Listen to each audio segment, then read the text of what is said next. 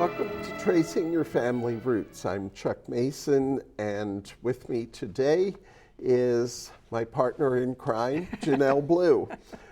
We do want to thank the Mount Vernon Genealogical Society that sponsors the program, and also Sydney Sachs, our producer, and all of the crew. You know, it's not just Janell and I, there's the behind-the-scenes crew that without them we wouldn't be able to put these programs on. So today we're going to talk about an interesting topic. I think many of us, probably all of us, have ancestors that came from Europe or from somewhere. And, you know, why did they come to the United States is the question that we want to answer. And so today we're going to talk about a little bit different migration. We're going to talk about people leaving the East Coast and moving into the Midwest. So Janell, you've read an interesting book, I know, which got you into the topic. Yes, and thanks for the opportunity to talk about it today. You know, the Mount Vernon Genealogical Society has a book club. And we talk about historical books that give us some flavor for what our ancestors might have experienced. And one that I want to talk about today is called The Prairie Fires, The American Dreams of Laura Ingalls Wilder. Now, if you are maybe you sat with your grandparents and watched Little House on the Prairie back in the day. I know my grandmother, that was her favorite show, probably because she may have grown up in a small town like there actually was the countryside. And I just happen to know they're running a marathon of Little House on the Prairie this weekend on one of the channels. Well, Laura Ingalls Wilder, so that's fiction. The TV shows are fiction, but it's based on her experience of living in the Great Plains of America, that region, and she kept journals, and so later in her life she wrote all these books: Little House on the Prairie, Little House in the Big Woods, Pioneer Girl, all this, based on her own recollection of living in these different places. And Carolyn Fraser wrote a Pulitzer Prize winning book, which is what our book club has read.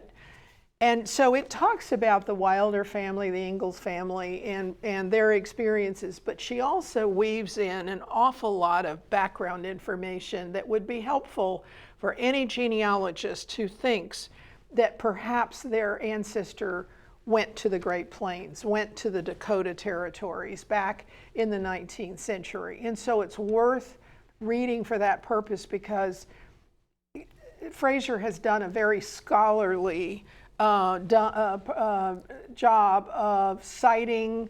She's got tons of footnotes and citing all of her information. And so I wanted to talk a little bit today about, you know, why were they attracted to do this? Why did people go to the Great Plains? And when you think about it, I have this, I have a slide that I want to put up that will kind of orient you on what we're talking about here. And so what I've done is to sort of draw a picture to show what the Wilder and the Ingalls families did. And they started in Wisconsin, and then they basically went to Minnesota, and then over finally to the Dakota territories. And you can see I've put the statehood date on there so you can kind of see when they became a state. And it was still Dakota territory at the time.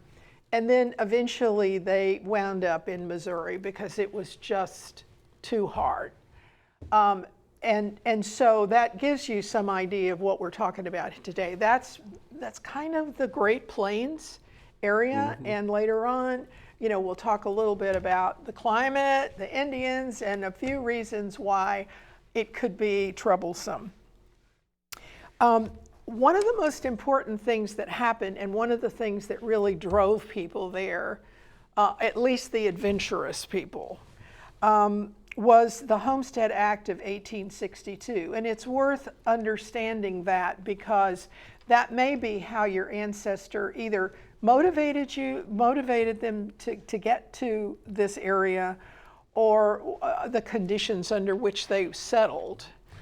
Well, and one of the things about the homestead records, people had to meet requirements. So it may have been, and this happened a lot, that they started out, but they found that the conditions were not something that they wanted to deal with and all. So they may have never completed the whole process and gotten the land, but the records are there. But the records are available through the Bureau of Land Management. Right. And well, so, hopefully they're there. I mean, we all know that records sometimes are not where they should be, or somehow they've gotten lost. But that's a great place to begin to see, and you can go online and search for that, at least by surname, and then you may have to go there or contact them to get the actual documents. But there were a couple of requirements and one was you had to show that you were either an American citizen or you had filed a citizen intention. What did they call it? Declaration of intent. And those things are filled with all kinds of good information. Yes, great information. Great information. And so it may be that they had to provide that kind of information to qualify for the land as well. Probably not. It was probably this other piece of the intention that would have given the most information. So, the government this was 1862. Think about that. The government was trying to settle the West. It was also during the Civil War. And they had been trying to promote this for a long time in Congress. And as you can imagine, the southern states weren't interested in that. They were worried that they would lose some of their influence in Congress because the population would shift, their number of representatives in Congress would change, and of course their slavery stance could be in jeopardy if that happened, because those areas, west of the Mississippi, those were non-slavery areas. They were never going to be slave states. And so there was a lot of opposition to this. But in 1862, by then, we were in the middle of the Civil War, and those southern states had seceded from the Union, so they weren't represented in Congress anymore. And so even though President Buchanan himself, he vetoed it, but it still passed.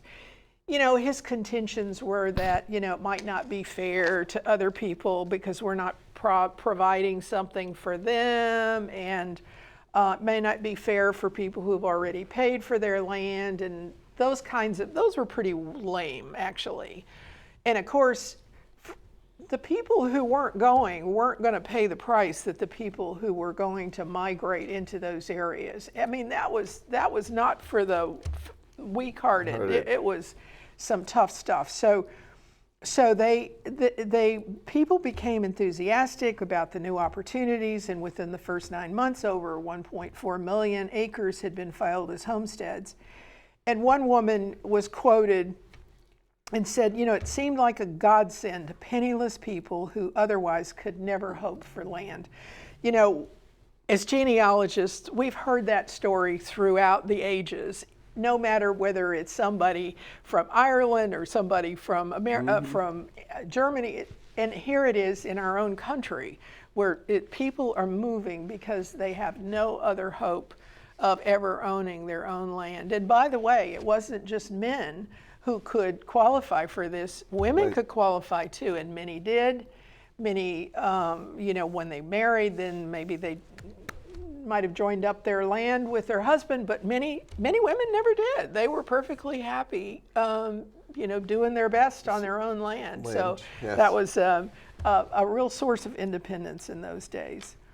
Eventually, 270 million acres, or 1/10 of the U.S., was claimed and settled under this Homestead Act. Just to back up a little bit, those requirements you were talking about were, you had to be 21 years of age, you had to be a citizen or to declare the intention, and they never bore arms against the U.S. So that eliminated at least most of the southern states. That's not to say that even if you lived in a southern state, you couldn't declare that you had never done that and that you were actually opposed to the secession. My guess is that they had those kind of forms that people could sign. They had those forms, but they also did some investigation of people too. Yeah. I don't know that it was to any great extent, but I have seen, because I had gotten into the homestead applications and all, and I had seen some where they were denied because although they swore up and down and they had witnesses that they never bore any arms against the United States, they were able to prove that, well, he was part of the Confederate Army, Navy. Yeah. So there's one other thing that, if you were over in that area, let's say you were in Wisconsin or Missouri or someplace, and they started the conscription in 1863. So for those people who hadn't volunteered, then other people were subject to the conscription. And if they were ages 20 to 45, they were required to register. And so what I've read is that some people went missing during that time. Well, and the further west they could go, it was hard to keep track of people. And that whole draft for the Civil War was a disaster. Yeah. Like 2% of the men that should have registered actually registered, and that's why when World War I came along, they really had strict enforcement of that registration. That's a whole nother topic, but that was basically a disaster. Well, what they said was, when you go up into the northern woods of Wisconsin or Minneapolis, you can certainly hide out there for a long time and never be seen, at least during the war. Well, and I'm sure it wasn't worth the effort for the government to try and go in there and track them down. One of the comments was that 1862 reportedly saw a sudden and suspicious increase in the population of Wisconsin's northern and western counties. By the following year, so many men had fled to parts unknown that the exodus was characterized as a stampede. So they weren't interested, and they were far away from all that slavery stuff and the secession, and they were busy wanting to settle the West. Now, some of the problems that they were encountering were, first of all, the Indian tribes, because the government had, they negotiated these peace treaties, and they had these reservations set up where the Indians were able to have their own land and live as tribes. The problem was that the Indians would go one area in the summer and one in the winter, and they would leave. Well, while they left, the settlers would begin to just say, well, nobody lives here, so we're going to settle here.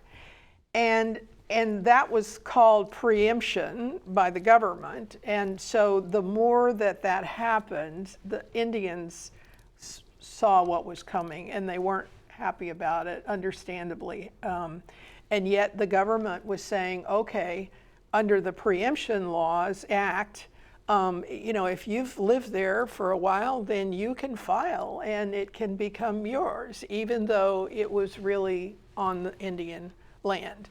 And so the Indians, it just got worse and worse. And so then there were some times when times were bad, people didn't have enough to eat for whatever the climate problems, and the Indians were hungry. What started the whole Indian War thing was this, reportedly, these young teenager Indian stole some eggs. This is a tipping point. You know, it's always there. These wars get started with some kind of tipping point. They stole some eggs from a hen house. The white lady didn't like it. The family came out. The next thing you know, there's 5 dead, and war is on. And those wars, you know, happened over and over throughout until finally the government was able to control it, and then they negotiated. The Indians that were in that area were predominantly the Sioux. And then there were others as well, but that was the dominant tribes, and there were like 4 of them. So things were not great, and of course, if you've watched any movies or even television in the old days, you know that there was always this struggle with the Indians, and the Indians seldom won those struggles, but settlers were often at risk. Yes. For their lives, and so that was something that settlers, people who went into those territories, had heard about, but they were, you know, they wanted to be there, and so they said, okay, we'll deal with that when the time comes. And it was over 500 white settlers lost their lives among the Dakotas over that period of time. The other thing is climate. Climate in that area, the Great Plains, and if you've ever been there, you probably have been able to, you can certainly have a mental image of what's going on, but it was unpredictable weather, water shortages, remoteness. There were all kinds of natural disasters from climate. And once again, people heard about it, but they didn't necessarily believe it, and for good reason, because they were being fed. Sometimes they were being fed some very bad misinformation, and so for instance, one year in South Dakota, there's a period of time called the long winter, and it started in December 1880. The December had a high of 36 and a low of -3. Now this is in De Smet, the De Smet area of, or Yankton area of South Dakota. -3, the low temperatures stayed below freezing until May. And the communities almost starved because anything that they had grown was long since gone. And by the way, these lands didn't produce very much. They really were not designed for farming to begin with. They were more for like ranch land or cattle land. And so a farmer was lucky if he could grow enough crop to feed his family and have a little left over, so he had a few dollars in the piggy bank to buy seed and to keep going for supplies the next year. That was sort of optimal. Also figure the growing season probably was not, if they're having cold weather till May, yeah, you know, the growing season to get crops and to be able to store them was relatively short depending on the weather. Absolutely. So the planting season would have been really messed up. Yes. During that time. Now that was a one-time event, but there were variations of that happened on a pretty regular basis. And the tornadoes, the electric storms, water spouts, and oh, by the way, there were locusts. And especially in the Minnesota area, that was one of the reasons that the Wilder family moved over into South Dakota, because the locusts had just come overnight and completely devastated their wheat crop. There was another, and I don't remember where it was, but it was crickets that were kind of the plague of the crops somewhere. And I've read this years ago. I don't remember exactly where or when, but the crops were just devastated because they were overrun by crickets. Goodness. So there were, and then they also experienced economic conditions. in 1873, there was an economic panic that turned out to be one of the longest depressions of this country. And they named it I think they called it the Great Depression to begin with, and then we had the Great Depression in the 40s. Then I guess it was in the 20s and 30s. They call this one the Long Depression. But it was started because the railroads were coming in. And oh, by the way, a lot of the really good land had already been taken up by the railroads and by larger corporations who had started these mega mechanized farms even that early on up in the fertile area of the Red River Valley. And so that was something to think about as well. So what happens is if somebody got free land and settled and did everything they were supposed to do, often they would mortgage that land, and then they would buy some more, or they would buy something else, and then when the panic hit, if they couldn't pay, maybe there was a tornado that ruined the crop or whatever it was, couldn't pay, the banks just took it over. There was no Federal Reserve, there was no FDIC for sure.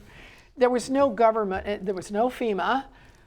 These people were on their own, and so if they couldn't pay, they gave it up. I have a friend whose family, the brothers all moved out to Nebraska area, but her direct ancestor found there was land in either Indiana or Illinois, and so they took off and got farmland there and were making out pretty well. And then one year they had a drought. They lost all the crops and lost the land. Everything. Ended up back in Nebraska, where at least they had the family support system there. Yeah, I mean, you really had to have a sense of adventure to be able to do that. And the Wilders, which, they and actually Laura's father as well, they were risk takers, and so they would get some money and then they would invest it somewhere, and then they'd lose it, and so that happened over and over again. But the railroads, after so it was the railroad bonds that people invested in, and those went bad. So after what was the year here? 1873, 1874. The railroads wanted to do something because the bonds were worthless, but they said, okay, convert your bonds and we'll convert that to land. So for those people who had not already gone or were waiting to see how things went, here they held these bonds, and it was not unlike the Revolutionary War when you had bonds there and people could convert them to land. They said, "Well, let's monetize this and see what we have." Well, the railroad wanted to do that and wanted people to come, and so they made it sound like this was the Garden of Eden. And Sydney, if we can put up there's one slide that shows the Red River Valley, and it's the last slide. That, by the way, yeah, it's that one. And I don't know if you can see it or not, but that white area sort of shows the Red River Valley, which I was telling Chuck earlier. I grew up in Texas. I thought the Red River was in Texas, and there is one there. But it turns out this Red River Valley is very fertile. And if you happen to be one of the early settlers who settled in that area, you're going to find that farming conditions were marvelous there. But anything outside of that was not. Well, when the railroads started advertising, convert your bonds to land, they used this as the demonstration for how good life could be. But in fact, that's not really what they were doing. That wasn't the available land. So it turns out then that now you're talking about property that was never intended to grow crops. but maybe to raise cattle or sheep or something like that. So that was pure fiction, but many people fell for it, and they went out there and the Wilders lost their property there too. And they eventually, the Wilder families eventually went back to Missouri. And that's where Laura Wilder spent her later years, was back in Missouri, which had long since been settled. There was a cultural impact that's kind of an interesting thing to genealogists, and that is that, pioneers had to be very resourceful, and they had to produce their own necessities. They had to build everything from scratch. And so they had to become resourceful. If they weren't most of these weren't city folks. Right. But if they were, they had to learn pretty fast. The other thing is that these were small, they would build small towns around the railroads or around a river or something. And so that really promoted democracy, because they had to work together for the greater good to be able to survive. And so, so they became less identified with specific regions, little German enclave here, Irish enclave, and they became a whole new culture. Sure. And so that plus the entertainment, now we have Westerns, and that's because of all of this sort of cultural thing. So there was a whole lot to be gained. And of course, now we have a beautiful Western part of the United States that we all like to go to. And unfortunately, we've run out of time. Oh, no, I have a lot more to tell you. Well, read the book. I think that will give you some idea. Or if you want to join the book club, go on to our website at mvgenealogy.org. There's a section on there called Book Club. Sign up. Okay. Thank you. Thank you, Chuck. Thanks for coming.